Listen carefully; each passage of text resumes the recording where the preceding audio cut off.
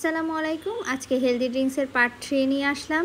আসলে এই ড্রিঙ্কসটার রেসিপি ওইভাবে বলার কিছু নেই, কারণ যে আমরা কম বেশি সবাই জানি এটা কিভাবে খেতে হয়। আমি জাস্ট কিছু ইনফরমেশন শেয়ার করতে চাই আপনাদের সাথে এটার উপকারিতা নিয়ে, এবং কিছু মানুষ আসলে ভুল পদ্ধতিতে খাওয়ার কারণে কিছু প্রবলেম ফেস করে, এটা নিয়েই আজকে কথা বলবো।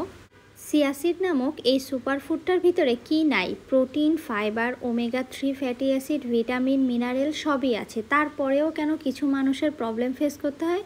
কারণ অনেকেই এই চিয়া সিডটাকে ওভারনাইট সোক করে রাখে, যেটা কিনা আমাদের হেলথের জন্য আসলে প্রবলেমেটিক। কারণ যে যাদের অ্যাকচুয়ালি গ্যাস আছে তাদের এটাতে প্রবলেম হতে পারে।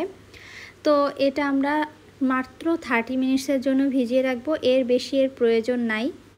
তো আপনারা আপনাদের পছন্দ মতো এর ভিতরে হানি কিংবা লেবু এইগুলা দিয়ে খেতে পারেন। যদি কারোর এক্সট্রিম লেভেলে গ্যাসের প্রবলেম থাকে তবে সকালে খালি পেটে লেবুটা আপনারা স্কিপ করতে পারেন।